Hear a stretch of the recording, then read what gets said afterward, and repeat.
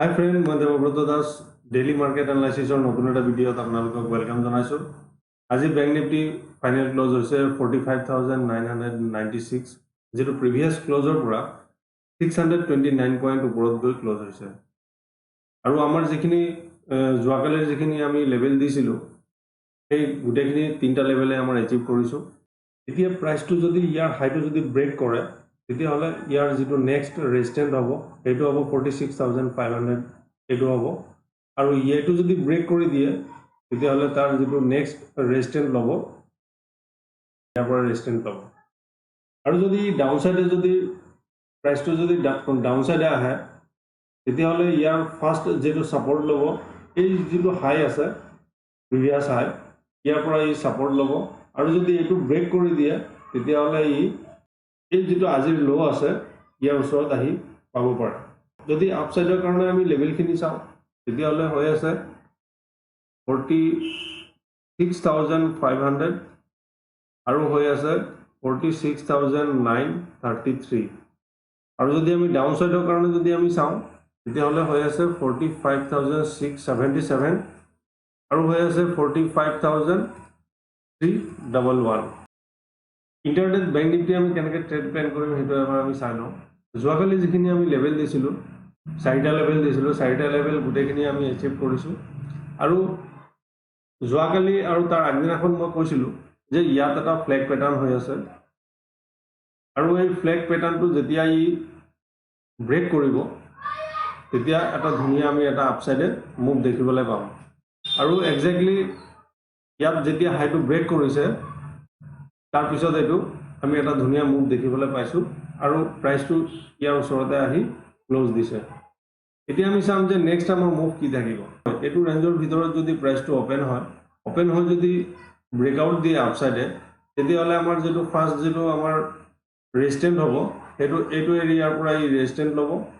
আৰু যদি এইটোক যদি ব্ৰেক কৰি দিয়ে, আমাৰ যিটো নেক্সট যিটো আমাৰ ৰেজিষ্টেন্ট ল'ব, এইটোৰ ওচৰত গৈ ৰেজিষ্টেন্ট ল'ব।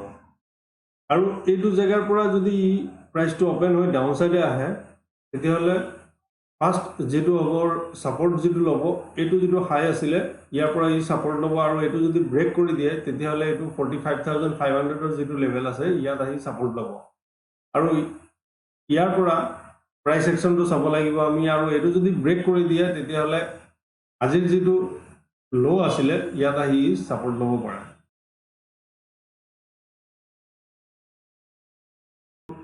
অহাকালি নিফটিৰ এক্সপাইৰী হয়, সেইটো কাৰণে আমি কেনেকৈ নিফটিত ট্ৰেড প্লেন কৰিম সেইটো এবাৰ আমি চাই লওঁ।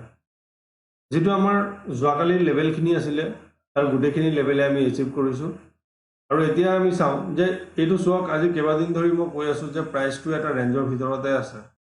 যেতিয়া এই প্ৰাইচটো ইয়াৰ পৰা ব্ৰেকআউট কৰিব তেতিয়া আমি এটা ধুনীয়া আপছাইডে মুভ এটা আমি দেখিবলৈ পাম। এই লেভেলবিলাক আমি তেতিয়া আপছাইডৰ কাৰণে পাম।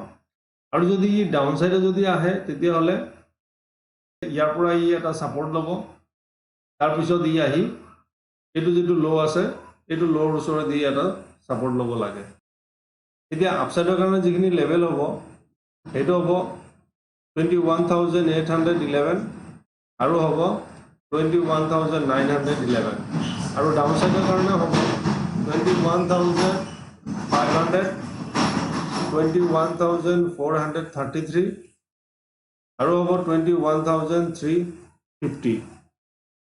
ইণ্টাৰনেট যদি আমি চাওঁ তেতিয়াহ'লে আমাৰ যিখিনি লেভেল আছিলে তাৰ গোটেইখিনি আমি লেভেল এচিভ কৰিছোঁ।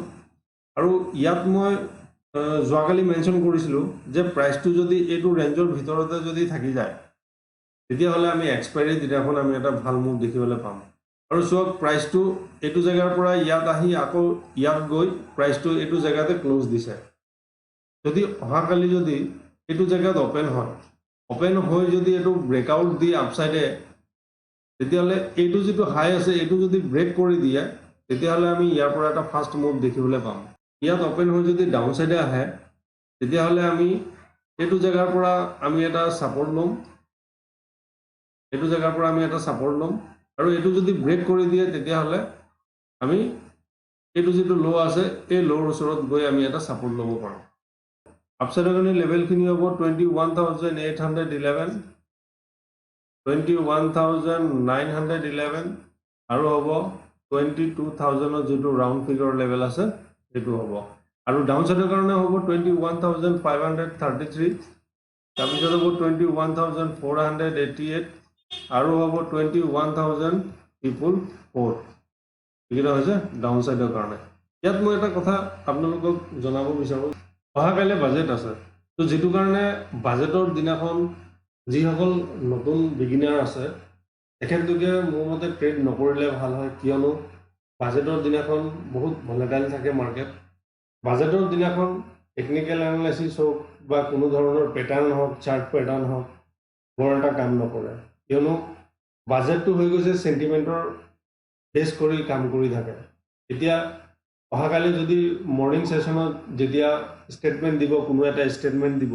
স্টেটমেন্টটো দিয়াৰ লগে লগে সেন্টিমেন্ট বেলেগ হৈ যাব আৰু লগে লগে মাৰ্কেটৰ ডাইৰেকশনটো যদি আপসাইডে থাকে ডাউন হ'ব পাৰে বা ডাউন সাইডে থাকিলে আপত গুচি যাব পাৰে তো যেটো কাৰণে যিসকল নতুন বিগিনাৰ আছে তেখেতলোকে কালিৰ দিনটোৰ কাৰণে অলপ ওয়েট কৰিব লাগে চাব লাগে মাৰ্কেটটো কেনেকুৱা হয় বাজেটৰ দিনাখন মাৰ্কেটটো কেনেকুৱা হয় সেইটো এক্সপেৰিয়েন্স ল'ব লাগে আৰু যিসকল এক্সপাৰ্ট হয় তেখেতলোকৰ নিজৰ নিজৰ ষ্ট্ৰেটেজি থাকে নিজৰ নিজৰ প্ল্যান থাকে সেইমতে তেখেতলোকে হ্যান্ডেল কৰিব পাৰে আৰু সেইমতে তেখেতলোকে সাকসেসফুল হয় আৰু সবৰ কাৰণে মই এটাই কথা ক'ব বিচাৰো যে যেহেতু ইভেন্ট হয় বাজেট হয় যেটো কাৰণে অহাকালে মানে বিৰাটেই সৰু কোৱান্টিটিত ট্ৰেড কৰিলে বেছি ভাল হ'ব কিয়নো মাৰ্কেট যেতিয়া ভলটাইল থাকে তেতিয়া আমাৰ এসএল খিনিও ডাঙৰ হ'ব পাৰে যেটো কাৰণে যদি আমি কম কোৱান্টিটিত যদি মাৰ্কেট কৰো তেতিয়া হলে আমাৰ নিজৰ কাৰণে আমাৰ সেফ হৈ থাকে আৰু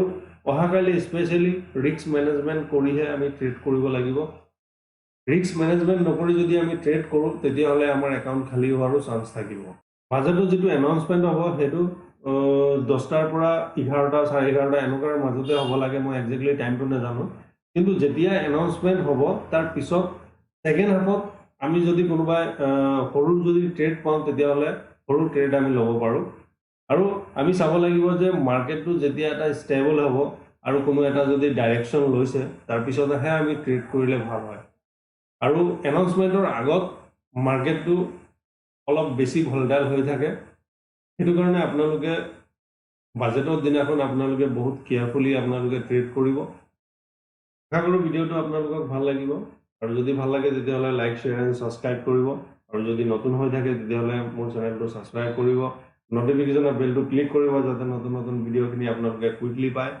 আজিলৈ ইয়াতে শেষ কৰিলো আকৌ এটা নতুন ভিডিওত আপোনালোকক লগ পাম ধন্যবাদ